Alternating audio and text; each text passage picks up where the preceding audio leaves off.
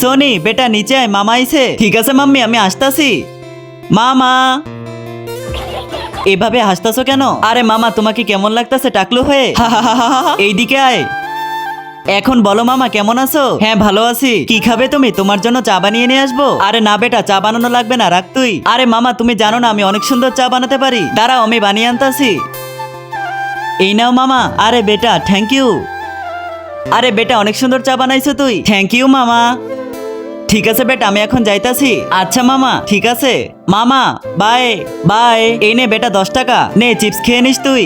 ইয়ার, আমি এত কষ্ট করলাম আর আমাকে শুধু 10 টাকাই দিল।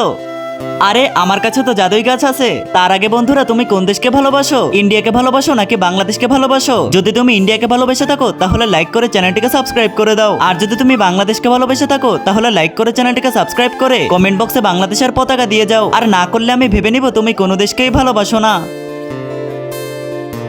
এখন এসে যাবে না মজা? এখন শুয়ে পড়বো আর সকালে উঠে দেখবো।